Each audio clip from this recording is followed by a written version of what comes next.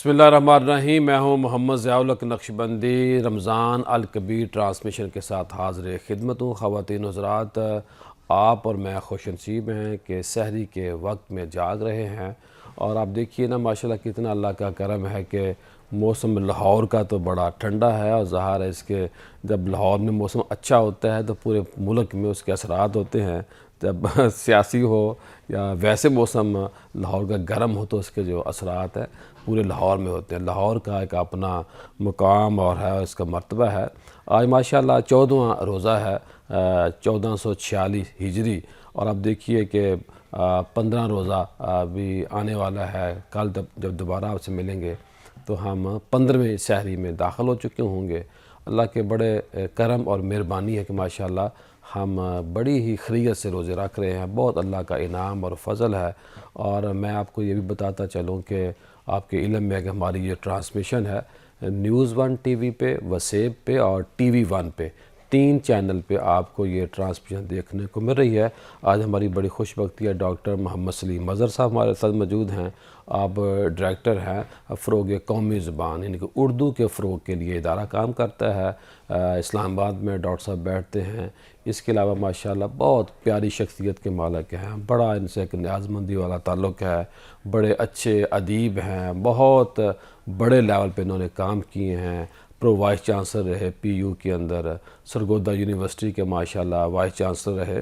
اس کے علاوہ جگہ جگہ کئی خیر کے کاموں میں بڑھ چڑھ کر حصہ لیتے ہیں۔ ڈاکٹر صاحب آپ کی آمد کا بہت شکریہ۔ بہت شکریہ۔ ان سے موجود ہیں نصرت سلیم صاحبہ، یہ ڈائریکٹر ہیں المصطفیٰ ویلفیئر ٹرسٹ۔ آپ کو پتہ ہے کہ المصطفیٰ ویلفیئر ٹرسٹ تقریباً 28 ممالک میں کام کر رہا ہے۔ اس پہ زیادہ بات تو نصرت صاحبہ کریں گے۔ نصرت صاحب آپ کی آمد کا بہت شکریہ۔ خواتین و حضرات، ماشاءاللہ پروگرام کا سلسلہ جاری ہے، ابھی آغاز ہے، اور آغاز میں ہم نے آپ کو حمد باری تعالیٰ سنانا ہے۔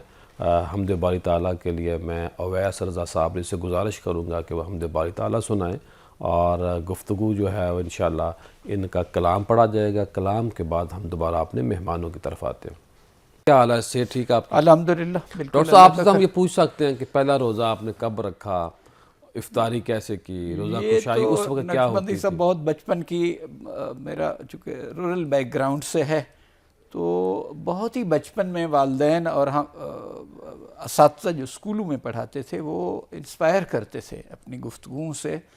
تو بہت ہی ابتدا میں کچھ تیسری چوتھی میں پڑھتا تھا جب ہم نے روزے رکھنے شروع کیا۔ مجھے ایگزیکٹ تو یہ نہیں معلوم۔ روزہ کشائی کوئی ایونٹ ہوا گھر میں یا بس نہیں، سادہ بس انداز؟ روٹین وائز، ہاں روٹین وائز کوئی یاد ہے کیا کھانے کو ملا تھا؟ نقشبندی صاحب ہمارے ہاں ایک دلچسپ ہے، یہ جنوبی پنجاب میں، یہاں اپر پنجاب میں اور بہت سے علاقوں میں ایک دفعہ افطار کر لیتے ہیں، بیچ میں وقفہ کرتے ہیں، نماز وغیرہ بھی پڑھ لیتے ہیں اور پھر کھانا کھا لیتے ہیں۔ جی جی۔ جنوبی پنجاب میں زیادہ تر یہ رائج ہے کہ بس کٹھے ہی کھانا بھی اور افطار بھی، دونوں کام کٹھے، اور جلدی جلدی پھر نماز پڑھ لیں۔ اور بہت رواج ہے کہ مسجدوں میں صحیح لوگ ذوق و شوق سے کھانے کی چیزیں بھی بھیجتے ہیں، اور وہاں بہت آسودہ حال لوگ بھی جا کے مسجد میں افطاری کرتے ہیں کہ تبرک اس سے۔ تو کوئی یاد نہیں آپ کو کہ کیا مجھے ہوگا؟ کوئی بالکل کوئی پروٹوکول؟ نہیں، کوئی پروٹوکول یہ اصل میں اس لیے ہم پوچھتے ہیں کہ آج کل ایونٹ بن گئی ہے، ایونٹ بن گیا ہے۔ اچھا ہے سر، یہ بھی ڈاکٹر صاحب آپ نے اپنی زندگی میں کہاں سے آغاز کیا، کہاں کہاں کام کیا؟ میں نے دیکھیں، میرا تعلق ڈیرہ غازی خان کے ایک تحصیل ہے کوٹ چھٹا، اس کے بھی ایک گاؤں ہے بستی بڈھن، جہاں آج بھی پرائمری سکول ہے اللہ لڑکوں کا اور بچیوں کا بھی۔ میں وہاں سے پڑھا ہوں، اور اس کی بھی عمارت کوئی نہیں ہوتی تھی، ہم بعض اوقات درختوں کی چھاؤں میں، اور ایسا بھی ہوا کہ مسجد میں ایک آدھ سال پڑھتے رہے۔ میں جب 5ویں میں پڑھ رہا تھا، اس وقت اسکول کی بلڈنگ بنی اور ایک ہی کمرہ ہوتا تھا، 5 لائنوں میں بچے بیٹھ جاتے تھے اور 2 استاد تھے۔ لکیلی میرے والد صاحب اس اسکول کے ہیڈ ماسٹر تھے، اور میرے والد صاحب کے فرسٹ کزن تھے۔ میرے والد صاحب کا نام عبدالرشید خان جی، اور فرسٹ کزن تھے یقین محمد ساجد صاحب، جو بہت اچھے شاعر بھی تھے، یہ دوسرے استاد تھے۔ صحیح۔ تو ہم وہاں سے پڑھے ہیں، اور ہائی اسکول بھی مانا ہمدانی ہائی اسکول، لاہور آ گئے آپ؟ نہیں، ہائی اسکول مانا ہمدانی سے پڑھے، اور گورنمنٹ کالج ڈیرہ غازی خان سے میں نے ایف اے اور بی اے کیا، اور پھر پنجاب یونیورسٹی سے میں نے ایم اے کیا، اور ایم اے کرنے کے کو تقریباً 7-8 مہینے بعد میری اسلامیہ یونیورسٹی بہاولپور میں انتخاب ہو گیا لیکچرر کا. صحیح. میں 1 سال وہاں کام کرتا رہا. پھر اللہ تعالیٰ نے توفیق دی کہ میں اپنی مادر علمی پنجاب یونیورسٹی میں 1 سال وہاں بہاولپور میں کام کرنے کے بعد 1988 دسمبر 88 میں پنجاب یونیورسٹی جہاں سے میں پڑھا تھا وہاں آ کے مجھے توفیق ملی, لیکچرر ہو گیا. اور وہیں سے میں پنجاب یونیورسٹی سے کوئی 33 سال سروس مکمل کرنے کے بعد 2022 میں وائس چانسلر بھی بنے آپ؟ ہاں, میں پرو وائس چانسلر رہا, لیکن جن دنوں میں جس وقت میں ریٹائر ہوا میں اس اپنی مادر علمی کا وائس چانسلر تھا. ماشاءاللہ. جی ہاں, تو یہ خوش قسمتی بھی ہے. اور ہمیں نقشبندی سب اسکولوں کے کالجوں کے خوش قسمت ہیں, ٹیچر اتنے اچھے ملے جو زیادہ نہیں تو کم از کم اپنے بچوں جتنا ہمارا خیال رکھتے. کمٹمنٹ, یہ ٹیوشن وغیرہ یہ اس چیز کا تو تصور ہی کوئی اپنی اولاد کی طرح ٹریٹ کرتے, اولاد کی طرح ٹریٹ کرتے تھے خلوص دل سے. اور میرے والد صاحب اور چچا کا بہت اچھا علمی اور ادبی ذوق تھا. وہ میں سمجھتا ہوں خون میں بھی میرے شامل ہوا وہ, اور اس کے ساتھ ذوق کی آبیاری ان کی تربیت سے بھی ہوئی. بڑی بات. ہمارے بڑے ہی پیارے مہمان ہیں, اور جب بریک سے دوبارہ واپس آتے ہیں تو نصرت سلیم صاحبہ سے ہم بات کریں گے کہ المصطفیٰ ویلفیئر ٹرسٹ کن کن ممالک میں کیا کیا کام کر رہا ہے. ملتے ہیں بریک کے بعد. بریک کے بعد خوش آمدید خواتین حضرات. ایک پارہ پڑھنا ہے, 1 سپارہ روز پڑھنا ہے, اور آپ کے علم میں ہے ماشاءاللہ الامین اکیڈمی, الامین فاؤنڈیشن میں روزانہ کی بنیاد پر سحری کا اور افطار کا اہتمام ہوتا ہے. کل افطار کے موقع کے اوپر ماشاءاللہ ڈاکٹر مبین صاحب اپنی ڈاکٹر اہلیہ کے ساتھ تشریف لائے. بڑا اچھا لگا, اور انہوں نے ماشاءاللہ ہمارے مہمانوں کو دیکھا جو ہمارے اللہ کی طرف سے مہمان آتے ہیں, اور روزانہ کی بنیاد پر لوگ آتے ہیں, حصہ ڈال رہے اور کار خیر کے اندر بڑھ چڑھ کر حصہ لے رہے ہیں. جی نصرت صاحبہ, کیا حال آپ کا؟ ٹھیک ٹھاک ہے الحمدللہ. یہ المصطفیٰ ویلفیئر ٹرسٹ ماشاءاللہ اس کا ہیڈ آفس تو UK لندن کے اندر ہے. یہ کن کن ممالک میں کام کر رہا ہے, کیا کیا کام کر رہا ہے؟ المصطفیٰ ویلفیئر ٹرسٹ ہم ایمرجنسی رسپونڈ کرتے ہیں دنیا بھر میں جہاں پر بھی ہو, چاہے وہ بنگلہ دیش میں جو خاص طور پہ جب کرائسس آیا تھا اس وقت ہمارے چیئرمین صاحب نے وہاں پر برما کے مسلمانوں کے لیے ہم نے ایمرجنسی رسپونڈ کی, اور ترکیہ کے اندر زلزلہ ہو یا جو بھی جہاں پر بھی کہیں شام کے اندر, لبنان کے اندر ہو یا غزہ کے اندر, اسپیشلی غزہ فلسطین کے اندر جب ہم 2012 سے المصطفیٰ ویلفیئر ٹرسٹ کام کر رہا ہے. سب سے پہلا پروجیکٹ جو المصطفیٰ ویلفیئر ٹرسٹ نے غزہ کے اندر کیا تھا وہ شہداء کی فیملی کے لیے زیتون کے باغ لگا کر ہم نے بیوہ جو خواتین ہیں یا وہ فیملیز ہیں شہداء کی, ان کے حوالے کیے تھے تاکہ ان کے روزگار کا بندوبست ہو سکے. زیتون کے باغ لگائے؟ جی, زیتون کے باغ لگا کر. وہ پہلا پروجیکٹ تھا جو ہم نے 2012 میں کیا تھا. اصل میں المصطفیٰ ویلفیئر ٹرسٹ کا جو MOU ہے وہ اردن کے ہاشمی ٹرسٹ کے ساتھ ہے.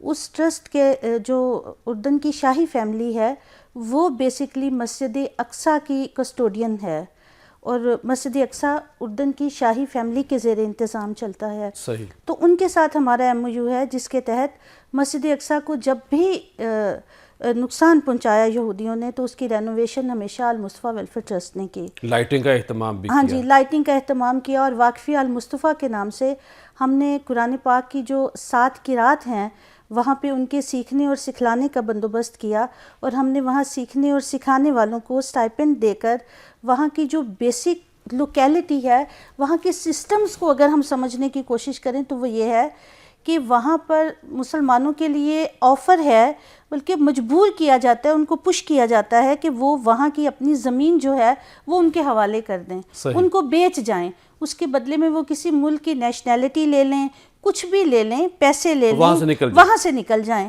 وہاں کے سسٹم کو سپورٹ کرنے کے لیے, تاکہ وہاں مسلمانوں کی آبادی کم ہو جائے, وہاں ان کی ملکیت کم ہو جائے, اس کے سسٹم کو سپورٹ کرنے کے لیے المصطفیٰ ویلفیئر ٹرسٹ نے ہاشمی ٹرسٹ کے ساتھ مل کے واقف المصطفیٰ کے نام سے جو پروجیکٹ شروع کیا وہ وہاں کی پوری مسلم کمیونٹی کو سپورٹ کرنے کے لیے, اور وہاں کے جو مسلمان وہاں کی موجودگی ہے اس کو سپورٹ کرنے کے لیے تھا کہ وہاں پہ جو بھی آئیں گے ایک مسجد اقصیٰ آباد رہے گی, اور دوسرا جو سٹائپنڈ ہے وہ کیش میں نہیں تھا, وہ ان مسلمان جو وہاں پہ دکاندار تھے ان کے دکانوں کا واؤچر تھا کہ وہ وہاں سے جائیں گے اور اپنی ضروریات زندگی خریدیں گے. تو یہ ایک لحاظ سے بہت یونیک پروجیکٹ ہے واقفی المصطفیٰ. قرآن پاک پڑھا جائے گا, مسجد آباد رہے گی, مسلمان جو تاجر ہیں, جو بزنس مین ہیں, ان کو جو ہے وہ روزگار ملے گا, اور مسلمان گھرانے خوش رہیں گے, اور وہاں پہ ان کی جو زندگیاں ہیں وہ مطمئن اور خوش رہیں گی. اس کے بعد جو ابھی 1 سال 1.25 سال پہلے سے جو غزہ میں اکتوبر سے بحران آیا ہے, اس میں الحمدللہ غزہ کو جانے والا ہر رستہ المصطفیٰ ویلفیئر ٹرسٹ کی دسترس میں ہے. بڑی بات. ہاشمی ٹرسٹ کے ساتھ ہمارا MOU ہے, UNO کا اسپیشل ادارہ. اپروچ بھی ہے وہاں پہ؟ جی, ہماری آلریڈی, چونکہ ہماری ٹیم آلریڈی کام کر رہی ہے فلسطین کے اندر, we are on grounds, already on grounds. ماشاءاللہ. تو اس وجہ سے ہم فرسٹ رسپونڈنٹ چیریٹی تھے غزہ کے اندر جب یہ والا سٹرائک آئی ہے. اس وقت جو UNO کا ادارہ ہے, UNO نے ہمیں چیریٹی کے طور پہ تسلیم کیا, جس نے رسپونڈ کیا اس کرائسس کو, اس ایمرجنسی کو. جو UNO کا اسپیشل ادارہ ہے جو صرف غزہ کے لیے کام کرتا ہے, اونروا, اس کے ساتھ بھی ہمارا MOU ہے. ریڈ کریسنٹ غزہ کے ساتھ ہمارا MOU ہے, ریڈ کریسنٹ مصر کے ساتھ ہمارا MOU ہے. اس وقت 5 فیلڈ ہاسپٹل ہمارے کام کر رہے ہیں غزہ کے اندر. اس وقت جو مصر کا ہیلتھ ڈپارٹمنٹ ہے اس کے ساتھ مل کر غزہ کے بارڈر کے قریب المصطفیٰ ہاسپٹل کے نام سے ایک ہاسپٹل جو ہے وہ تعمیر ہو رہا ہے, جو بہت جلد اگلے 2 سے 3 ماہ میں فنکشنل ہو جائے گا, جہاں پہ جو ٹراما پیشنٹس ہیں جن کو فوری طور پر وہاں منتقل کیا جا سکے گا تاکہ ان کی زندگی بچائی جا سکے اور ان کو فوری علاج معالجہ جو ہے وہ فراہم کیا جا سکے. اس سارے عرصے کے دوران ہماری سپلائیز مسلسل ہوتی رہیں, جس میں فوڈ آئٹمز شامل تھے. 24 آور کام ہو رہا ہے جی, 24 آورس کام ہوتا رہا. ہمارے جو بھی ہمارے کنسائنمنٹس تھیں ٹرکس کے ذریعے ہر بارڈر سے, مصر کی طرف سے بھی اور اردن کی طرف سے بھی مسلسل جو ہے وہ ہماری سپلائیز جو ہیں الحمدللہ جاتی رہیں. اور اس سلسلے میں ہمارے جو UK آفس سے ہماری ٹیم, ہمارے چیئرمین محترم عبدالرزاق ساجد صاحب کی قیادت میں, ہماری CEO رضوانہ لطیف, اور ہمارا ایون ہمارا جو خواتین سٹاف ہے وہ بھی اندر جا کر جو ہے وہ بہت بڑی بات. جو ہے ڈاکٹر صاحب یہ بتائیے کہ آپ کا جو یہ ادارہ ہے اس کا مقصد کیا ہے, عام آدمی کو اس سے کیا فائدہ ہوتا ہے, کتنے دفاتر ہیں, اس کی جو کارکردگی وہ کیا ہے؟ نقشبندی صاحب 1973 کے آئین کے مطابق, اس آئین میں ایک شق ہے 251, اس شق کے مطابق 73 کے آئین کی منظوری کے 15 سال بعد, یعنی 15 سال کے اندر سمجھ لیں, پاکستان میں اردو کو سرکاری زبان قرار دیا جانا تھا. یہ ادارہ دیا جانا تھا جو ابھی تک نہیں ہو سکا. جی, 14 اکتوبر 1979 کو جنرل ضیاء الحق نے بنایا, اور اس کے پہلے ڈائریکٹر جنرل پاکستان کے معروف مورخ اور مصنف اور اسکالر ڈاکٹر اشتیاق حسین قریشی تھے, جنہوں نے دی سٹرگل فار پاکستان کتاب لکھی ہے, کراچی سے شروع ہوا. اس ادارے کا کام تھا کہ گورنمنٹ کو وہ تمام مواد تیار کر کے فراہم کرنا جس کی مدد سے اردو رائج ہو سکے. اچھا, وہ بے وجہ ڈیلے ہوتا جا رہا اور اب تک چل رہا ہے.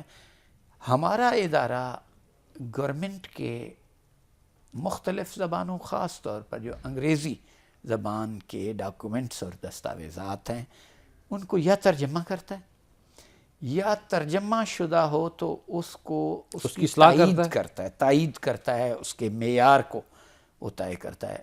مثال کے طور پر یہ جو ہر سال سول ایوارڈز دیے جاتے ہیں, ان کی سائٹیشنز جو آتی ہیں وہ انگریزی میں آتی ہیں, وہ ہمارا ادارہ ان کو ترجمہ کر کے دیتا ہے. وہ ساری آپ کو کتنا عرصہ ہو گیا اور آپ اب تک کیا کیا کام کیا؟ مجھے کوئی 1.5 سال ہو گیا ہے. اس ادارے کا کام تو بنیادی طور پر اردو کا فروغ ہے. اب جیسا اس کے نام سے ظاہر, جی, اس کی 2 برانچیں ہیں, فیلڈ آفس ہیں, ایک لاہور میں اردو سائنس بورڈ, یہ سائنس کو اردو میں پڑھانے کے لیے مواد تیار کرتا ہے. سائنس پر اردو میں کتابیں لکھتا ہے یا لکھواتا ہے اسکالر سے, یا لکھی ہوئی کتابوں کو اردو میں ترجمہ کرتا ہے. ایک کراچی میں اردو ڈکشنری بورڈ یہ اردو کی ڈکشنریاں یا لغت تیار کرتا ہے. اور یہ آپ اور قارئین اور سامعین کی دلچسپی کے والی بات ہے کہ پاکستان ان خوش قسمت ملکوں میں سے ہے دنیا بھر میں جس کے ایک پبلک سیکٹر ادارے نے یعنی سرکاری ادارے نے اپنے ملک کی 22 جلدوں میں لغت تیار کی ہے. بہت بڑا کام ہے یہ. ہاں یہ 22 جلدیں آن لائن اویلیبل ہیں, آپ فری لوگ دستیاب ہو فری دنیا بھر میں اس سے فائدہ اٹھاتے ہیں. یہ تاریخی اصول پر ہے ڈکشنری. تاریخی اصول سے مراد یہ ہے کہ یہ لفظ لیتے ہیں, کوئی 2,64,000 لفظ اس میں معنی کیے گئے ہیں درج 22 جلدوں میں. ایک لفظ لیتے ہیں جو بھی ترتیب سے الف بائی ترتیب سے, اس لفظ کا یہ بتاتے ہیں ڈکشنری, یہ لغت بتاتی ہے کہ یہ لفظ کس زبان سے آیا ہے, اس کے روٹس کیا ہیں, بنیادیں کس زبان میں, اس میں مختلف اوقات میں کیا ارتقاء اس کے معنی میں ہوتا رہا, اور اس کے ساتھ یہ نثر میں اور نظم میں کیسے استعمال. ہم کوئی بھی وہاں اپنا اگر لفظ لکھیں تو وہ سامنے اس کا مفہوم سامنے آ جائے گا. جی اس کا معنی سامنے آ جاتا ہے. آپ اس کی ویب سائٹ پہ اردو لغت بورڈ ہے یہ دے دیں, udb.gov.pk آ جاتا ہے. اس میں اردو لغت بھی ہے. اردو لغت کو آپ کلک کریں تو اس میں لغت کی وہ ساری لغت آ جاتی ہے.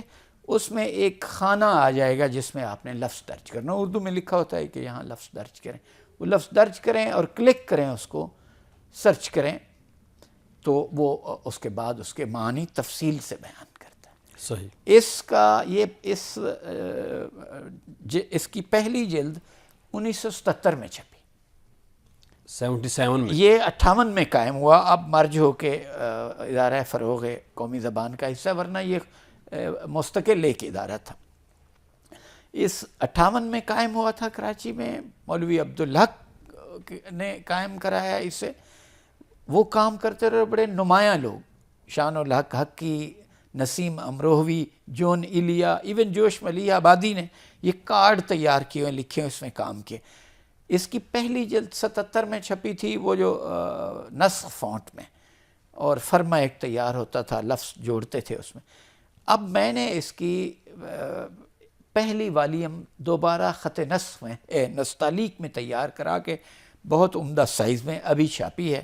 اور ہمیں ایک ڈاکٹر حاجی محمد رفیق پردیسی ہیں جی, انہوں نے اس میں مدد کی ہے, اس کے سارے اخراجات انہوں نے اٹھائے اور پرامس کیا ہے کہ وہ 22 والیوم جدید انداز میں چھاپ دیں. رفیق پردیسی ویسے بہت خیر کے کام کرتے ہیں. جی ہاں. اچھا, اسی طرح اسلام آباد میں بھی ہم اب مختلف ادیبوں کے ساتھ ایک نشست کا اہتمام کرتے ہیں جس کو ہم نے دعوت نامے تو آپ کے ملتے رہتے ہیں اور سوشل میڈیا پہ ہم دیکھتے ہیں. جی ہاں, وہ ہم نے کہ یوتھ کو بھی مصروف کریں پازیٹیو سرگرمیوں میں, اور اہل ادب اور ثقافت کی بھی قدردانی کرتے ہیں, وہاں ان کے ساتھ نشستیں اور کتابوں کی رونمائیاں بھی کرتے ہیں. پروگرام کا سلسلہ جاری ہے, ملتے ہیں بریک کے بعد. خوش آمدید. آج ہمارا بڑا اچھا دن ہے. دن اس لیے اچھا ہے کہ ماشاءاللہ ڈاکٹر محمد سلیم مظہر صاحب ہمارے موجود ہیں, نصرت سلیم صاحبہ موجود ہیں.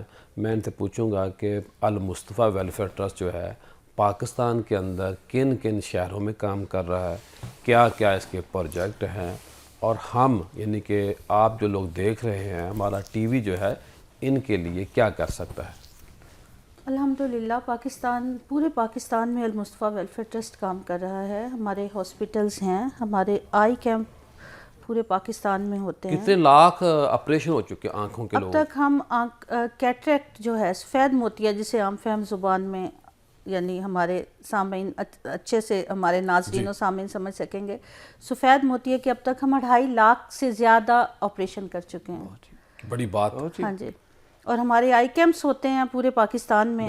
پاکستان کا پہلا ٹرسٹ ہے. جی بالکل, ہمارے پورے پاکستان میں آئی کیمپس ہوتے ہیں. ہمارا ہاسپٹل ہے المصطفیٰ آئی ہاسپٹل مزنگ روڈ لاہور پہ. ہمارا ہاسپٹل اٹک میں ہے, المصطفیٰ ہاسپٹل خورا خیل اٹک میں ہے. المصطفیٰ ہاسپٹل شاہراہ ریشم مانسہرہ میں, میرپور میں بھی ہے. جی, ہمارا ہاسپٹل جو ہے وہ ڈڈھیال آزاد کشمیر میں بن رہا ہے. ہاں جی, میرپور سے آگے ہے.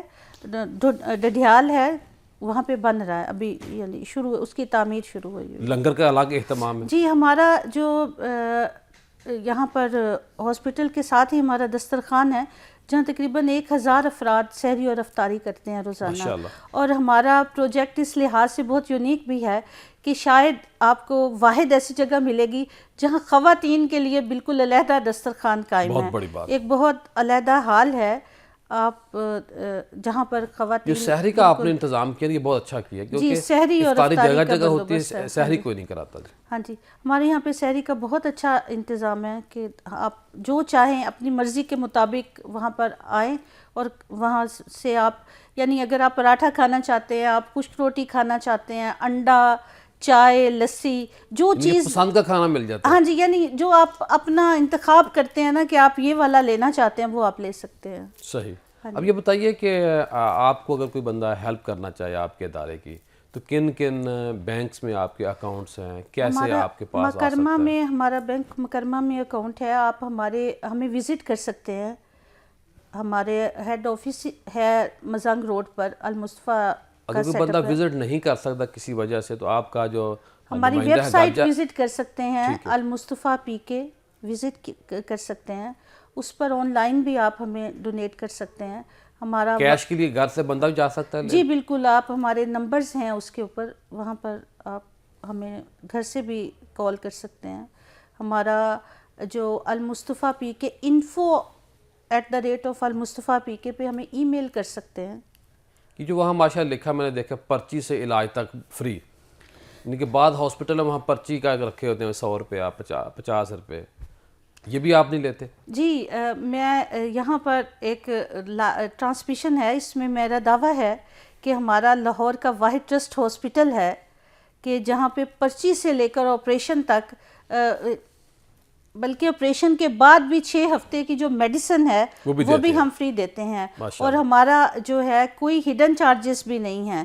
عام طور پہ لوگ جاتے ہیں جہاں پہ کہیں علاج کے لیے تو پہلے تو وہ ٹوکن کی فیس لازمی دیتے ہیں، پرچی کی فیس لازمی دیتے ہیں. اس کے بعد انہیں کہتے ہیں کہ ہمارے چارجز تو کوئی نہیں ہیں، آپ لینس کے پیسے دے دیں، لیب کے دے دیں. لیکن ہمارے یہاں پہ ایسے کوئی چارجز نہیں ہیں. ہمارے یہاں پہ سب فری آف کاسٹ جو ہے وہ چارجز ہوتے ہیں. ڈاکٹر صاحب آخر میں کیا کہیں گے، ایک عام آدمی آپ کے ادارے سے کیا فائدہ حاصل کر سکتا ہے؟ ایک تو یہ ہے کہ عام آدمی ہماری اس ڈکشنری سے پوری دنیا میں معانی تلاش کر سکتا ہے. وہ تو ہم نے کرنا نہیں ہے کہ ہم نے نیگیٹو یوز کرنا نا موبائل کو، پازیٹیو یوز نہیں کرنا. اچھا، اس کے ساتھ ہی ہم اردو زبان اور علاقائی مقامی پاکستانی زبانوں پر تحقیق کی حوصلہ افزائی کرتے ہیں اور اس کو چھاپتے بھی ہیں. ہماری بہت عمدہ کتابیں ترجمے موجود ہیں. جو نئے لکھاری حضرات ہیں وہ اگر آپ کے معیار پہ پورا اترتے ہیں تو آپ ان کی کتاب بھی شائع کرتے ہیں. جی ہمارا دائرہ البتہ زبانوں تک محدود ہے اور ہم نثر کو زیادہ ترجیح دیتے ہیں. دوسرا یہ ہے کہ ہمارے ہاں تقریبات ہم کرتے ہیں کہ نمایاں لوگوں کی علمی اور ادبی خدمات کے اعتراف کے طور پر ہم ان کو بلاتے ہیں. کلیدی گفتگو ان کی ہوتی ہے، مکالمہ ایک نشست ہے ہماری اس میں. اس کے ساتھ ہی ہم کتابوں کی رونمائی کرتے ہیں. صحیح، یہ بھی حوصلہ افزائی ہے کہ لوگوں کو پتہ چلے. دیکھیں میں خاص طور پر میں چونکہ استاد کے طور پر ایک طالب علم کے طور پر یونیورسٹی میں پڑھاتا رہا ہوں، ہماری نوجوان نسل کو اعتماد رکھنا چاہیے.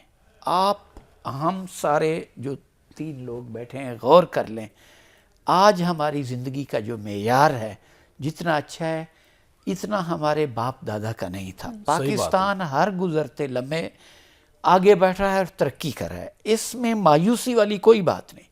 بہت سے لوگ ہیں، میں پنجاب یونیورسٹی میں جانتا ہوں لیکن ہم اللہ معاف فرمائے حالت ناشکری میں ہمیں پاکستان میں کس چیز کی کمی ہے؟ اللہ کا بڑا کرم ہے. ہاں، ہمیں اپنی اس ریاست پر، ملک پر اعتماد رکھنا چاہیے، اپنی صلاحیتوں پر اعتماد رکھنا چاہیے اور اس ملک کی ترقی کے لیے جو الٹیمیٹلی ہماری انفرادی ترقی ہے اس کے لیے اپنے طور پر پوری کوشش کرنی چاہیے. یہ ادارے پاکستان کے مدد کر رہے ہیں. یعنی ہمارا ادارہ بھی نوجوانوں کو، سینئرز کو ویلکم کرتا ہے وارملی. اب تشریف لائیں. ہم کتابیں بھی ان کو اعزازی بھی پرووائڈ کرتے ہیں، ماشاءاللہ، مہیا یہ بہت کرتے بڑی ہیں، بات ہے۔ مہیا کرتے ہیں، اور بڑی عمدہ کتابیں ہیں۔ ماشاءاللہ ڈاکٹر صاحب بڑی مہربانی، نصرت صاحب آپ کی بڑی مہربانی، آپ نے قیمتی وقت دیا۔ ماشاءاللہ یہاں ہم نعت رسول مقبول سنیں گے، نعت رسول مقبول کے بعد بریک لیں گے، اور بریک کے بعد نئے مہمان ہمارے ساتھ موجود ہوں گے۔ جائیے گا کہیں مت، ملتے ہیں بریک کے بعد، اور بریک کے دوران آپ نے ذکر اذکار کرنا ہے، نوافل پڑھیں، توبہ استغفار کریں، اور ایک پارہ روز آپ نے قرآن پاک کا پڑھنا ہے۔ ملتے ہیں بریک کے بعد۔ بریک کے بعد خوش آمدید خواتین و حضرات۔ اب الحمدللہ ہم پروگرام کے اس حصے میں داخل ہو چکے ہیں جہاں ہم نے دین کی باتیں کرنی ہیں، اور آج ہمارا موضوع بہت ہی پیارا موضوع ہے کہ آج الحمدللہ حکومت پاکستان یوم ناموس رسالت منا رہی ہے، تو ہم نے کہا کہ ہم سحری سے اس کا آغاز کرتے ہیں۔ ہمارے باقی جو فورم ہے الحمدللہ ملکی لیول پہ، وہ تو دن کے وقت میں کریں گے، ہم آغاز سحری کے بابرکت وقت سے کرتے ہیں۔ خواتین حضرات، اللہ کا بڑا کرم ہے کہ ہمارے وزیر اعظم صاحب جو ہیں انہوں نے اناؤنسمنٹ کی، یہ بہت اچھا قدم ہے، اور عشق رسول کے بغیر ہمارا گزارا نہیں ہے۔ ہماری تو بنیاد ہی عشق رسول ہے، اور عشق رسول ہوتا ہی جذباتی معاملہ ہے، غیرت کا معاملہ ہے۔ جہاں غیرت نہ ہو، جہاں ایمانی قوت نہ ہو، وہاں پرابلم کریٹ ہوتے ہیں۔ تو یہ جو خطہ ہے، اور میں سمجھتا ہوں کہ پوری دنیا کا کوئی مسلمان بھی اپنے نبی اور تمام انبیاء کے بارے میں کوئی ایک بات سننے کے لیے تیار نہیں ہوتا نیگیٹو۔ اور جب ہم ناموس رسالت کی بات کرتے ہیں اور پاکستان کے 295C آرٹیکل کی بات کرتے ہیں، تو اس کے اندر تمام انبیاء کا تحفظ کیا گیا ہے، تمام انبیاء کی عظمت کے حوالے سے یہ قانون بنا ہے کہ خدا نخواستہ کوئی بھی بندہ توہین کرتا ہے تو پھر قانون کا راستہ اختیار کیا جاتا ہے، اور کرنا بھی چاہیے۔ ہم آج کا جو موضوع ہم نے چنا ہے اس لیے رکھا ہے کہ گورنمنٹ جہاں اچھا کرے تو ہمیں گورنمنٹ کا ساتھ دینا چاہیے۔ عشق رسول ہمارے ایمان کی دلیل ہے، اور علامہ اقبال نے بھی کہا تھا، محمد کی محبت دین حق کی شرط اول ہے۔ محمد کی محبت دین حق کی شرط اول ہے، اسی میں ہو اگر خامی تو ایمان نامکمل ہے، اسی میں ہو اگر خامی تو ایمان نامکمل ہے۔ کی محمد سے وفا تو نے تو ہم تیرے ہیں، یہ جہاں چیز کیا ہے لوح قلم تیرے ہیں۔ قوت عشق سے ہر پست کو بالا کر دے، دہر میں اسے میں محمد سے اجالا کر دے۔ اور مولانا ظفر علی خان نے کہا تھا، نماز اچھی، حج اچھا، روزہ اچھا، اور زکوٰۃ اچھی، مگر میں باوجود اس کے مسلمان ہو نہیں سکتا، نہ جب تک کٹ مروں خواجہ بطحہ کی حرمت پر، خدا شاہد ہے کامل میرا ایمان ہو نہیں سکتا۔ یہ ہمارے بڑے، ہمارے اکابر ہمیں بتا چکے ہیں، اور آج یہاں جو محفل عشق رسول کی سجنے جا رہی ہے، آج ہماری بڑی خوش بختی ہے، مفتی محمد کریم خان صاحب موجود ہیں، جامعہ علمیہ کے ماشاءاللہ ہیڈ ہیں، بہت اچھے لیول پہ بڑا پیارا کام کر رہے ہیں۔ ان کی جو مسجد ہے وہ اس کی میں مثال دیتا ہوں کہ ماشاءاللہ نہ بہت بڑی مسجد ہے، نہ بہت چھوٹی مسجد ہے، نہ بہت امیر علاقہ ہے، نہ بہت غریب علاقہ ہے، لیکن بہت نارمل مسجد میں بہت بڑے جو ادارے کام نہیں کر رہے، جن کے بڑی بڑی بلڈنگ ہیں، بڑی جگہ ہے ان کے پاس، ان کا کام زیرو ہے۔ مفتی محمد کریم خان صاحب کا کام اس سے بھی ان لوگوں سے بڑا ہے کہ صرف میں گزارش پیش کر سکتا ہوں، توجہ دلا سکتا ہوں، کسی سے ہمارا کوئی ویر نہیں ہے، کوئی دشمنی نہیں ہے۔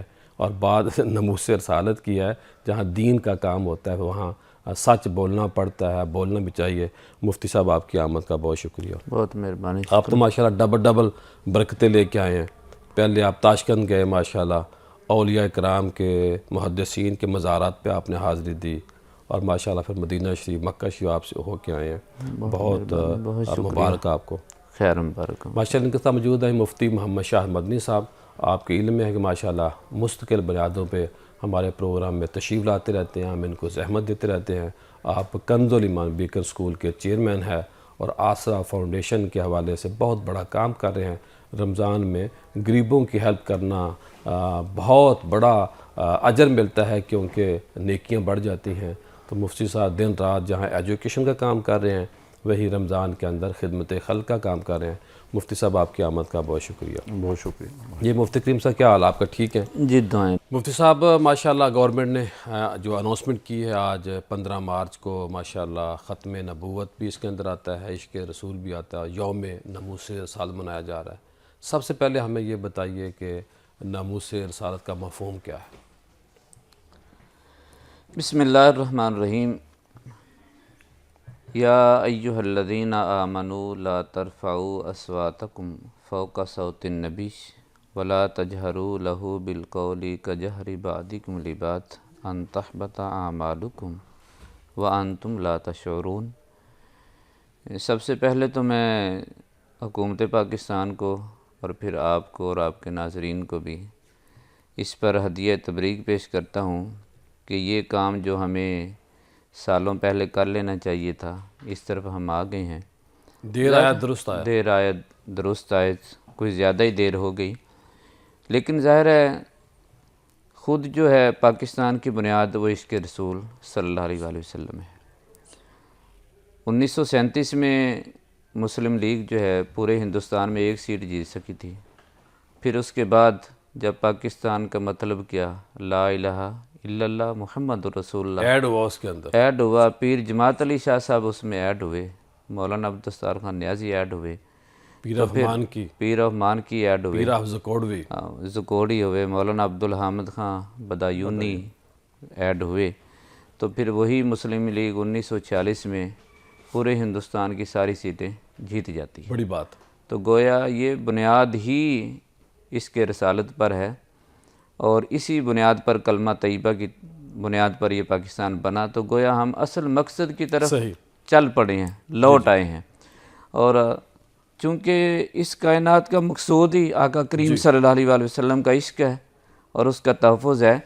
قرآن مجید فرقان حمید نے تو اگلی بات کی ہے جہاں پر ناموس رسالت کے رموز و سمجھائے ہیں, حقیقت سمجھائی ہے, اس کے ساتھ ساتھ ادب آداب بھی سمجھائے ہیں. ادب آداب یہاں تک سمجھائے کہ رب تعالیٰ خود فرما رہا ہے کہ اے ایمان والو, جب نبی کریم رؤوف الرحیم صلی اللہ علیہ وآلہ وسلم سے تم دینی مسئلہ سیکھ رہے ہو, قرآن سیکھ رہے ہو, حدیث سیکھ رہے ہو, اس وقت بھی تمہاری آوازیں نبی کریم رؤوف الرحیم صلی اللہ علیہ وسلم کی آواز سے پست رہنی چاہیے, آہستہ بولنا ہے, آہستہ بولنا. یعنی صحابہ کو یہ رب تعالیٰ کا حکم ہے کہ تم نے دین سیکھتے ہوئے, قرآنی فیصلہ یہ قرآنی فیصلہ ہے, دین سیکھتے ہوئے تمہاری آواز بھی میرے حبیب کی آواز کے برابر نہیں ہونی چاہیے. اللہ اکبر.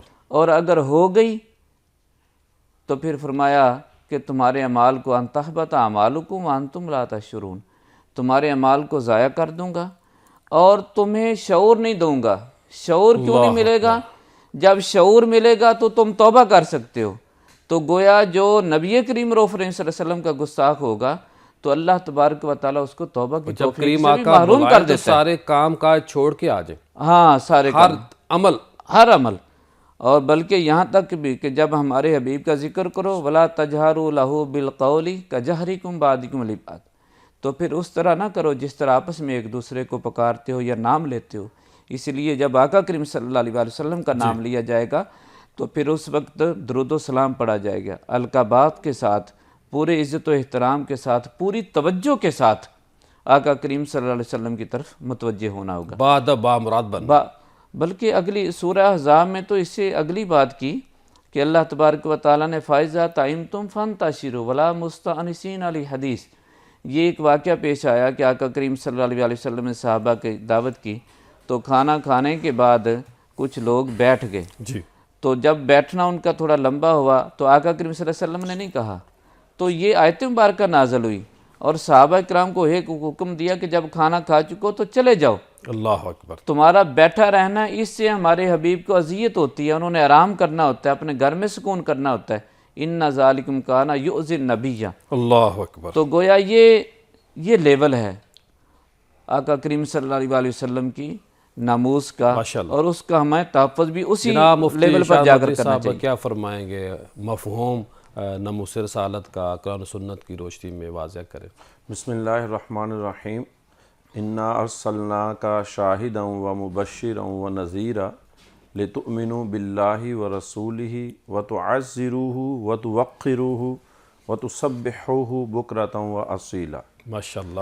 مفتی صاحب قبلہ بیٹھے ہیں، پیر صاحب آج ناموس رسالت صلی اللہ تعالیٰ علیہ وسلم کے حوالے سے جو گورنمنٹ آف پاکستان نے انیشیٹو لیا اور اس دن کو عشق رسول اور تحفظ ناموس رسالت کے لیے منانے کا اعلان کیا، ہم اس کی تائید بھی کرتے ہیں، اس سے خوش ہیں، اور یہ فیصلہ لائق تحسین ہے اور پاکستان بنانے کے جو مقاصد تھے اس کی تکمیل کا ایک ذریعہ ہے۔ آپ نے ناموس رسالت صلی اللہ علیہ وسلم کے حوالے سے آج اس بزم کو سجا کے، میں سمجھتا ہوں آپ نے بھی اپنے اس چینل پہ ہونے کا حق ادا کیا، اور چینل کی پوری ٹیم بھی مبارکباد کی مستحق ہے۔ غلامی رسول میں موت بھی قبول ہے، یہ ہمارا ایمان ہے، اور ہم بچپن سے ازل سے ہمارے بڑے ان سب کے یہی دعویٰ تھا، اور یہ ہے اور ہمیشہ رہے گا۔ جہاں تک ناموس رسالت صلی اللہ علیہ وسلم کا معاملہ ہے تو قرآن حکیم میں اللہ تبارک و تعالیٰ نے نبی پاک صلی اللہ تعالیٰ علیہ وسلم کی عظمت اور شان کے حوالے سے آپ کے کلام، آپ کی گفتگو، آپ کے انداز، آپ کی صفات، آپ کے نسب، آپ کے اصحاب، آپ کے جملہ معاملات تمام کے حوالے سے اللہ تبارک و تعالیٰ فرماتا ہے کہ اے ایمان والو، ہم نے اس نبی علیہ السلام کو، اے پیارے نبی، آپ کو ہم نے شاہد، مبشر، نذیر اور بہت ساری صفات دے کر بھیجا ہے۔ کس لیے؟ لِتُؤْمِنُوا بِاللَّهِ وَرَسُولِهِ، تاکہ تم اس نبی علیہ السلام کی برکت سے اللہ اور اس کے رسول پر ایمان لاؤ، وَتُعَزِّرُوهُ وَتُوَقِّرُوهُ۔ ایمان کی بات آئی تو اللہ تعالیٰ نے ایک دفعہ لِتُؤْمِنُوا کے الفاظ کے ساتھ ذکر کیا، اور جب تعظیم اور عظمت کی بات آئی تو اللہ تبارک و تعالیٰ نے ڈبل الفاظ کے ساتھ، تاکید کے ساتھ، اور صیغہ تفعیل جس میں آلریڈی شدت ہوتی ہے، جس کا مطلب یہ ہے کہ اگر گرامیٹیکلی ہم دیکھیں تو ان الفاظ کے ساتھ اندر 3 سے 4 مرتبہ کہا گیا ہے کہ یہ میں نے ان نبی علیہ السلام کو اس لیے بھیجا ہے کہ تم ان کی عظمت، ان کی تعظیم، زور دیا گیا، تقریم، شدت کے ساتھ بیان کیا، اور پھر تیسرے نمبر پہ فرمایا کہ اب اللہ اور اس کے اللہ کی تسبیح صبح و شام بیان کرو۔ تسبیح کا ذکر اور ایمان کا ذکر اول و آخر، درمیان میں مصطفیٰ کریم صلی اللہ علیہ وسلم کی تعظیم کا ذکر ہے کہ عظمت رسول۔ حدیث نے بھی کہا نا کہ اس وقت کامل مومن نہیں ہو سکتے جب تک تم اپنے ماں، باپ، اولاد، ہر چیز سے بڑھ کر نبی صلی اللہ علیہ وسلم سے محبت نہیں کرو گے۔ بالکل ایسا ہی ہے، اور یہ تعظیم کا ذکر درمیان میں کر کے یہی فرمایا گیا ہے کہ ایمان اور عبادات اس وقت تک قبولیت کے درجے کو نہیں پہنچتی جب تک عظمت رسول کا پاس نہ رکھا جائے۔ اور قرآن پاک میں نبی علیہ السلام کی آپ کی گفتگو کے حوالے سے مفتی صاحب نے تذکرہ کیا، اللہ کے نبی صلی اللہ علیہ وسلم کو ایسے الفاظ جن کے اندر کسی قسم کا گفتگو میں بے ادبی کا شائبات آتے ہیں۔ یہ سب قرآن پاک میں 2 واقعات اسپیشلی طور پہ ایسے بیان ہوئے ہیں کہ جن میں ایک بظاہر ایک نارمل بات کی گئی تھی، ایک میں اذن کہا گیا، یعنی اس میں نبی علیہ السلام کو یہ یہودیوں نے تانا دیا کہ آپ کان کے کچے ہیں معاذ اللہ، کہ آپ جو آپ کے اصحاب بات کرتے ہیں آپ ان کی بات کو سن کے تو اسی پہ چل پڑتے ہیں۔ اللہ تبارک و تعالیٰ نے اس پہ سختی کے ساتھ فرمایا وَمِنْهُمُ الَّذِينَ يُؤْذُونَ النَّبِيَّ وَيَقُولُونَ هُوَ أُذُنٌ قُلْ أُذُنُ خَيْرٍ لَكُمْ يُؤْمِنُ بِاللَّهِ وَيُؤْمِنُ لِلْمُؤْمِنِينَ وَرَحْمَةٌ لِلَّذِينَ آمَنُوا مِنْكُمْ، اور آگے چل کے فرمایا کہ أَلَمْ يَعْلَمُوا أَنَّهُ مَنْ يُحَادِدِ اللَّهَ وَرَسُولَهُ فَأَنَّ لَهُ نَارَ جَهَنَّمَ خَالِدًا فِيهَا ذَلِكَ الْخِزْيُ الْعَظِيمُ، کہ یہ جو تم نے میرے نبی کے بارے میں یہ کہا کہ یہ معاذ اللہ سنی سنائی بات پہ چلتے ہیں، یہ سنی سنائی پہ نہیں چلتے، یہ تو اپنے اصحاب کا دل رکھتے ہیں، بے شک یہ تو رحمت ہیں، کمال اور ہوگا مفتی، یہ اللہ کے فضل سے چلتے ہیں، اور جو اللہ کے نبی کو اس طرح حقیر لفظ کے ساتھ بھی تشبیہ دے گا، اللہ فرماتا ہے میں نے اس کے لیے جہنم کو ہمیشہ کے لیے بنایا ہے۔ پروگرام کا سلسلہ جاری ہے، ملتے ہیں بریک کے بعد۔ بریک کے بعد خوش آمدید خواتین حضرات، آپ کے علم میں ہے کہ ماشاءاللہ ہماری گورنمنٹ نے بہت اچھا فیصلہ کیا ہے کہ آج 15 مارچ کو یوم ناموس رسالت کے طور پہ منایا جا رہا ہے۔ پورے ملک میں تقریبات ہوں گی اور تقریبات کا الحمدللہ جو آغاز ہے، سحری کی ٹرانسمیشن ہم نے کیا ہے، گورنمنٹ بھی کرے گی، عام لوگ بھی کرے گی، اور بہت بڑے لیول پر میں چاہتا ہوں یہ جشن بھی منانا چاہیے اور گورنمنٹ کو خراج تحسین پیش کرنا چاہیے۔ جہاں اچھا کام ہو وہاں حق بنتا ہے کسی کی تعریف کرنا، جہاں خدا نخواستہ کوئی ایسا عمل ہو تو وہاں تنقید بھی کی جا سکتی ہے اچھے انداز میں۔ مفتی صاحب، یہ جو ماشاءاللہ یوم منایا جا رہا ہے، آپ کیا سمجھتے ہیں کہ ہمارے نوجوانوں کے اوپر اس کے جو اثرات مرتب ہوں گے، جو تاریخ بنے گی، اس پہ آپ روشنی ڈالیں؟ نہیں، بالکل پیر صاحب، ظاہر بنیاد جو حکمران کرتے ہیں ایوانوں میں ہوتا ہے تو وہ فلیکٹ ہو کے نیچے تک آتا ہے۔ اثرات بنیادی طور پر اسی پر ہیں، اسی کے چلتے ہیں۔ قوم لیڈر کو دیکھتی ہے، قوم لیڈر کو دیکھتی ہے، حکومتوں کو دیکھتی ہے، اور پھر حکومتیں جب چاہتی ہیں تو پھر قوانین کے ذریعے سے بھی اس پر عمل کرواتی ہیں۔ ایک تو اس سے جو میرا خیال ہے پچھلے سالوں میں جو صورتحال یہاں پر فرسٹریشن پیدا ہوئی ہے، اس حوالے سے قوم کو اویئرنیس دینا بہت ضروری ہے، خاص طور پر اگلی نسل کو۔ ہم اور آپ تو ظاہر ہے تھوڑی چیزوں کو جانتے ہیں، لیکن یہ جو اگلی نسل ہے ان کو بنیادی چیزوں کو نہیں پتہ۔ صحیح بات۔ تو اس حوالے سے میرا خیال ہے یہ بنیادی انیشیٹو ہے، اس حوالے سے کہ ساری حکومتی مشینری اس میں شریک ہوگی، اخبارات اس کو چھاپیں گے۔ جو تاریخی اللہ کے نبی کے دور کے جو ابتدائی کچھ واقعات ایک آدھا بیان کریں۔ حضور نبی کریم رؤوف الرحیم صلی اللہ علیہ وسلم کے حوالے سے ظاہر ہے جب ہم چیزیں دیکھتے ہیں تو ایک تو ظاہر ہے صحابہ کرام کی تربیت تو بہت اس لیول پر تھی، لیکن اس دور میں ہمیں جو منافقین کا یا مشرکین کا یا کافروں کے کچھ مثالیں ہمارے سامنے آتی ہیں، تو اس میں دو چیزیں بڑی بنیادی ہیں اس میں، اور یہ بالکل قوم کو سمجھ لینا چاہیے۔ میرا خیال ہے حکومت بھی ہماری جو ہے حکومت پاکستان اس میں اقوام متحدہ کے حوالے سے بھی کامیاب ہوئی ہے، اسلامو فوبیا کے حوالے سے قانون سازی کروانے میں، کہ بالکل باقی قوانین جو ہیں ان کا معاملہ اور حضور نبی کریم رؤوف الرحیم صلی اللہ علیہ وسلم کی ذات کا معاملہ بالکل ڈیفرنٹ ہے۔ بے شک یہ چونکہ اس کا تعلق براہ راست ہماری روحوں سے ہے، ہمارے قلوب سے ہے، ہمارے دین سے ہے، ہمارے ایمان سے ہے۔ ہم سب کچھ اس کے لیے قربان ہر وقت ہر مسلمان ہاں بھوکا پیاسا رہنے کے لیے تیار ہیں۔ اور جیسے کہ آپ نے وہ حدیث مبارکہ بھی لا یؤمن احدکم حتی اکون احب الیہ من والدہ ووالدہ والناس اجمعین، اور اس کا یہ بھی بڑا دلچسپ ہے کہ یہ خطہ بر صغیر جو ہے اس نے قربانیاں بہت زیادہ دی ہیں، اور ہم شہر لاہور میں بیٹھے ہیں، ان کو نہ یاد کرنا 1953 کی جو تحریک ہے، جب پیر صاحب اس کو اٹھا کر دیکھیں، نوجوان ناموس رسالت کے لیے جب لائن کھینچی جاتی تھی تو وہ سینے کھول کے آگے پھر آ جاتے تھے، چھلنی ہوتے تھے سینے، اگلے آ جاتے تھے۔ 10,000 نوجوان جو ہیں لاہور کے، انہوں نے اپنے لہو سے اس کا تحفظ کیا۔ 14 فروری 2006 کو تو ہم نے مناظر خود دیکھے، وہ دیکھیں کس طرح دنیا لاہور کے دور، وہ لاہور میں اس دن نان بھی نہیں بنا تھا، لیکن ماچس والی جو دکان تھی وہ بھی بند تھی، نہیں، سائیکلوں والوں کی، پینچروں والوں کی، عام گلی محلے کی دکانیں جو ہیں وہ بند ہو گئی تھی۔ بلکہ یہ پوری تاریخ ہے، آپ کو پتہ ہونا چاہیے۔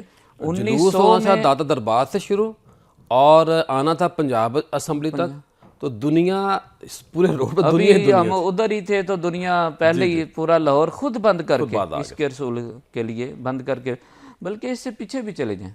1900 میں پیر مہر علی شاہ صاحب رحمۃ اللہ علیہ نے جب یہاں پر عقیدہ ختم نبوت کے تحفظ کے لیے، اس وقت کے حالات کہ پورے بر صغیر سے صرف جو علماء اور پیران اعظام تھے وہ ہزاروں میں تھے، اور ان لاہوریوں نے بغیر کسی پیسے کے، بغیر اس کے ان کی مہمان نوازی کی، کھانے دیے، ان کے لیے کھول دیے۔ ہم نے جو دیکھا نا ایک حالیہ جو مولانا خادم حسین رضوی صاحب کا کردار تھا، وہ بہت بڑا کردار تھا۔ جو ان کا جنازہ ہوا ہے وہ اللہ کی بارگاہ میں مقبولیت کی بہت بڑی دلیل تھی۔ خادم صاحب بہت پہلے سے ہمارے ساتھ، یعنی ہم ان کے ساتھ ہمارے ساتھ کام کر رہے تھے، لیکن اللہ پاک ان کے اوپر بڑا کام کیا۔ اللہ پاک نے اپنے نبی کی ناموس کے لیے، اپنے نبی کی ختم نبوت کے لیے مولانا خادم حسین رضوی سے جو اس 100 سال میں کام لیا ہے نا، میرا خیال ہے کسی اور سے اس 100 سال میں نہیں لے سکا. اللہ کا اپنا نظام ہے, کوئی تحریر کے میدان میں, لیکن سڑکوں کی بات کر رہا ہوں, جذباتی اعتبار سے بات کر رہا ہوں. جذباتی اعتبار سے لیے بات کر رہا ہوں, ناموس رسالت کا تعلق ہی جذبات کے ساتھ ہے. ملتے ہیں بریک کے بعد. بریک کے بعد خوش آمدید خواتین حضرات. آج ہمارا موضوع ہے ناموس رسالت, جو گورنمنٹ لیول پہ الحمدللہ یوم منایا جا رہا ہے 15 مارچ, اور یہ جو دن تاریخی اعتبار سے بننے جا رہا ہے, یہ سب سے پہلے جس کو میں جانتا ہوں وہ پیپلز پارٹی کی گورنمنٹ تھی, اور راجہ اشرف صاحب ماشاءاللہ اس وقت پرائم منسٹر تھے, تو انہوں نے بھی ایک دن منایا تھا یوم عشق رسول. تو ہمیں اس دن کو بھی یاد رکھنا چاہیے. پیپلز پارٹی کی گورنمنٹ کو بھی ہم سلام پیش کرتے ہیں. نون لیگ کی جو اس وقت گورنمنٹ ہے اس کو بھی ہم سلام پیش کرتے ہیں, کیونکہ ہمیں بخل نہیں کرنا چاہیے. اللہ کی ناموس کے لیے جو بھی کام کرے گا ہم اس کے ساتھ ہیں. اور ساتھ ساتھ جو ہولی کی تقریبات ہونی تھی, ہندو برادری کے جو ہیڈ ہیں انہوں نے کہا ہے کہ جو مین ہماری تقریب ہے ہولی کی وہ ہم نہیں کریں گے, رمضان کے بعد کریں گے. رمضان کے تقدس کو انہوں نے سامنے رکھتے ہوئے یہ اناؤنسمنٹ کی ہے. ہم اس پہ بھی ان کو مبارکباد پیش کرتے ہیں. اور دوسرا آپ دیکھیے کہ آج پاکستان کے سب سے بڑے اخبار کی سپر لیڈ تھی کہ اتنے پانی جو ہے تقریباً 27 ایسے منرل واٹر بیچنے والی جو کمپنیاں ہیں ان کا پانی ناقص ہے, مضر صحت ہے. تو ہمیں عشق رسول کے دن یہ بھی یاد رکھنا چاہیے کہ اللہ کے نبی کی امت کو نقصان پہنچانے والا سچا اور پکا عاشق رسول نہیں ہو سکتا. باتیں جو مرضی کرے, لیکن اگر وہ لوگوں کی صحت کا خیال نہیں رکھ رہا, ان کو لوٹ رہا ہے, پانی 2 نمبر پہ لا رہا ہے, تو ہمیں اس حوالے سے بھی اپنا محاسبہ کرنا چاہیے. اور ہر بندے کو کرنا چاہیے کہ میں اللہ کے نبی کی امت کے لیے, اللہ کی انسانیت کے لیے خیر کا کیا کام کر رہا ہوں, اور خدا نخواستہ ان کی صحت کے ساتھ میں کس طرح کھیل رہا ہوں. جی مفتی شاد مدنی صاحب, آج کا موضوع آپ کے سامنے ہے. کچھ ہمیں ایسے واقعات, کچھ ایسی دلائل سے ہمیں اپنی قوم کو, آپ دیکھیں نا بدقسمتی سے آج بھی کچھ لوگ ہوں گے جن کے ذہن میں کوئی سوال پیدا ہوگا, تو ہم نے ان کے ذہنوں کے جو نیگیٹو سوالات ہیں ان کو بڑے ہی مثبت انداز میں واش کرنا ہے. کیا فرمائیں گے آپ؟ بسم اللہ الرحمن الرحیم. بھی صاحب اس حوالے سے تاریخ بھی گواہ ہے, قرآن اور حدیث بھری پڑی ہے کہ جو نبی پاک صلی اللہ تعالیٰ علیہ وسلم کی گستاخی کا مرتکب ہوتا ہے اس کو نہ قرآن سے چھوٹ ملتی ہے, نہ حدیث میں, اور نہ ہی صحابہ کرام کی زندگی سے. اللہ تعالیٰ قرآن پاک میں فرماتا ہے لا تجد قوما یؤمنون باللہ والیوم الآخر یوادون من حاد اللہ ورسولہ ولو کانوا آباءہم او ابناءہم او اخوانہم او عشیرتہم. فرمایا کہ کوئی قوم ایسی جو اللہ اور اس کے رسول پہ ایمان رکھتی ہے, وہ ایسی نہیں آپ پائیں گے کہ وہ اللہ اور اس کے رسول کے دشمن کو اپنا دوست بنا لے. جو گستاخ رسول ہے, جو نبی علیہ السلام کی اذیت کا باعث بنتا ہے, اللہ کے رسول کی بے ادبی کا باعث بنتا ہے, تو اس کے ساتھ نرمی, اس کے ساتھ دوستی, اس کے ساتھ کمپرومائز کا رویہ ایسا مومن سے متوقع نہیں ہے. اگرچہ گستاخ یا گستاخی کرنے والا, قرآن کہتا ہے ان کے آبا ہوں, ان کے والدین, ان کے بھائی بہن, ان کے رشتہ دار, ان کے اپنے پیارے ہی کیوں نہ ہوں. اصول بتا دیے. آپ غزوہ بدر دیکھیں, حضرت عمر رضی اللہ تعالیٰ عنہ کی تلوار اپنے ماموں کی گردن پہ چلتی ہے. اللہ اکبر. حضرت ابوبکر صدیق رضی اللہ تعالیٰ عنہ اپنے بیٹے کے خلاف تلوار اٹھاتے. صحیح بات. حضرت سعد اور حضرت دیگر جتنے اصحاب دیکھیں, انہوں نے اپنے خاندان, جب وہ نبی کے گستاخ ہو کے آتے ہیں, تو حضرت ام حبیبہ کا دیکھیں, جب ابھی حضرت ابو سفیان نے اسلام قبول نہیں کیا تھا تو اس وقت انہوں نے اپنے نبی کی چادر پہ نہیں بیٹھنے دیا. اللہ اکبر. یعنی نبی پاک صلی اللہ تعالیٰ علیہ وسلم کی تعظیم کا معاملہ, یہ جیسے آپ نے انٹرو میں بیان کیا, یہ جذبات کا معاملہ. عمر کی جو بہن تھی, عمر کو کہا کہ نہیں آپ چھو نہیں سکتے, آپ قرآن کو نہیں چھو سکتے, پہلے کلمہ پڑھیں, پہلے یعنی ہو جائے, پاک ہو جائے. یہ تقدس ایسا ہے کہ جس کا لحاظ ہر صورت میں کرنا اور کروانا ضروری ہے. یہی وجہ ہے کہ اصحاب رسول کے سامنے ایک نابینا ہے, اور ان کو وہ اپنے گھر میں ہیں, ان کی بیوی جو ہے وہ معاذ اللہ نبی علیہ السلام کو گستاخی کرتی ہیں. وہ پہلے اس کو سمجھاتے ہیں, ڈانٹتے ہیں, لیکن وہ باز نہیں آئی نا, تو انہوں نے نابینا ہو کر ایک کھنجر لیا اور اپنی بیوی کے سینے پہ گاڑ کے اوپر بیٹھ گئے اللہ اللہ اور بیٹھے رہے. نبی علیہ السلام کی بارگاہ تک معاملہ پہنچا. آپ نے بلایا ان کو تو کہا ہے اللہ کے نبی صلی اللہ علیہ وسلم میں نے یہ معاملہ جذبات میں آ کے میں آپ کی توہین آپ کو گالی دینا سن نہیں سکتا تھا, تو اللہ کے نبی میں نے ایسا کیا ہے. تو اللہ کے نبی صلی اللہ علیہ وسلم نے صحابہ کرام کو گواہ بنا کے کہا کہ گواہ رہو کہ اس کا جو اس نے خون بہایا ہے وہ ضائع ہے, اس پر کسی قسم کا کوئی تاوان اور قصاص نہیں ہے, کیونکہ یہ گستاخ رسول کی سزا ہے. اور یہی اللہ تعالیٰ نے قرآن پاک میں فرمایا ہے کہ یہ جو لوگ ہیں, اور حدیث میں بھی ہے من سب نبیا فاقتلوہ, جو کسی نبی کی توہین کرتا ہے اس کی سزا صرف اور صرف قتل ہے اور اس کو ملیہ میٹ کرنا ہے. صحیح. اور یہ تو نبی علیہ السلام کی بات ہے. نبی کی ذات سے ہٹ کر آپ کے کسی لباس کی, آپ کی کسی پسند کی, آپ کی بیٹی, آپ کے بیٹے, آپ کے جانور جو آپ کے سواری کے طور پہ تھا, آپ کا شہر, جس چیز کی آپ کے ساتھ نسبت ہے اس کی تنقیص, اس میں عیب بیان کرنا, اس کو ہلکا بیان کرنا, یہ گستاخی رسول کہلاتا ہے. اللہ امام ابو یوسف جو چیف جسٹس تھے, قاضی القضات ہیں, ان کے سامنے کسی نے جب آپ بیان کر رہے تھے نبی کی محبوب چیزوں کا, تو آپ نے فرمایا کہ نبی علیہ السلام کو قدو شریف جو ہے یہ پسند ہے. تو کسی نے کہا کہ مجھے تو پسند نہیں ہے, تو آپ نے فتویٰ دیا اس کے مرتد ہونے کا, اللہ اور فرمایا اپنے الفاظ واپس لے نہیں تو میری تلوار تیری گردن اڑا دے. اللہ اب ذرا اندازہ لگائیے, یہی وجہ ہے کہ صرف پاکستان نہیں, پورا برصغیر, پورا یہ خطہ اور عالم اسلام کی پوری ہسٹری اس بات سے گواہ ہے جناب کہ مفتی جہاں کریم کوئی صاحب, گستاخی ہے تو وہاں ہم حق ادا میں کرتے مفتی ہیں. کریم صاحب کی طرف چلتا ہوں, ٹائم بہت تھوڑا ہے ہمارے پاس. مفتی صاحب, اگر وہ غیر مسلم گستاخی کر لیتا ہے تو اس کی شرعی سزا کیا ہے؟ کیا اس کو موقع دیا جائے گا, نہیں دیا جائے گا؟ اچھا, اس میں نا دو باتیں بڑی کلیئر ہیں, یہ ذہن میں رکھنی چاہیے. گستاخی مسلم کرے یا غیر مسلم کرے یہ برابر ہیں. صحیح. نبی کریم رؤوف رحیم صلی اللہ علیہ وسلم کے حوالے سے اس میں کوئی نرمی نہیں ہے. اچھا, دوسرا بھی چیزیں ذہن میں رکھنی چاہیے. پہلا, کوئی گستاخی کرتا ہے تو یہ اویئرنیس ہے, تو کوشش یہ کرنی چاہیے کہ ہم عدالتی پروسیجر کو اپنائیں, قانون ہاتھ میں نہ لیں. قانون ہاتھ میں نہ لیں. اچھا, اس کا دوسرا پہلو بھی ہے. حضور نبی کریم رؤوف الرحیم صلی اللہ علیہ وآلہ وسلم کے دور انور میں 7 واقعات ہمیں ایسے ملتی ہیں, جن کا ایک ذکر مفتی شاہد مدنی صاحب نے بھی کیا ہے. 7 واقعات ایسے ملتے ہیں کہ ایک بندے نے سامنے گستاخی کی تو اس نے مشتعل ہو کر اسی وقت اس کو واصل جہنم کیا, تو آقا کریم صلی اللہ علیہ وسلم نے 7 کے فیصلے کیے ہوئے ہیں کہ ان کا خون ضائع ہے. اللہ اکبر. البتہ اس کے لیے یہ ثابت کرنا ضروری ہے کہ گستاخی ہوئی ہے. صحیح.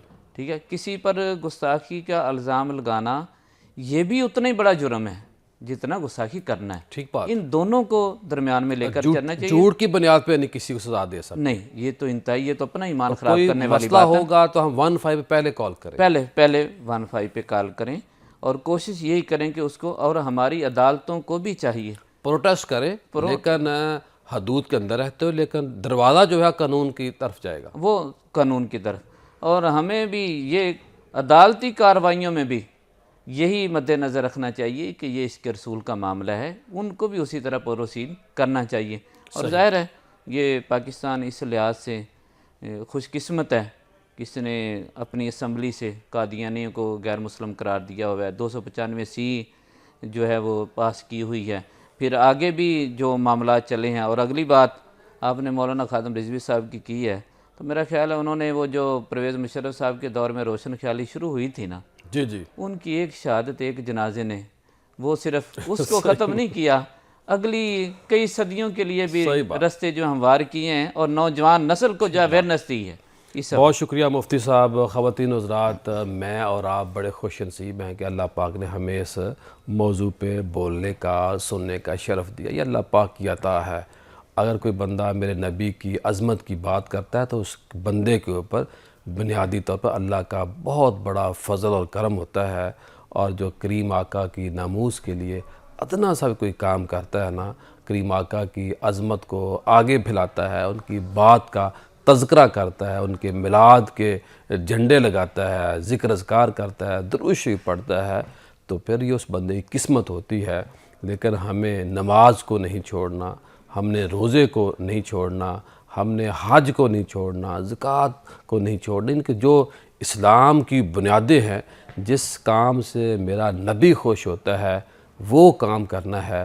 جس کام سے میرا نبی معاذ اللہ ناخوش ہو سکتا ہے، ہمیں اس کام سے بچنا ہے، کیونکہ بروز قیامت ہم نے اللہ کی بارگاہ میں حاضر ہونا ہے، اور وہاں خدا نخواستہ ہمیں کسی وجہ سے بھی شرمندگی کا سامنا نہ کرنا پڑے. وہ تو رحیم ہیں، وہ کریم ہیں، وہ ہم پر رحم فرمائیں گے، لیکن ہم ان کے غلام ہیں، اور جو غلام ہوتا ہے، جو نوکر ہوتا ہے، اس کو نوکری کا حق ادا کرنے کا شرعی طور پہ پابند کیا گیا. کل دوبارہ آپ سے ملاقات ہوگی. السلام علیکم.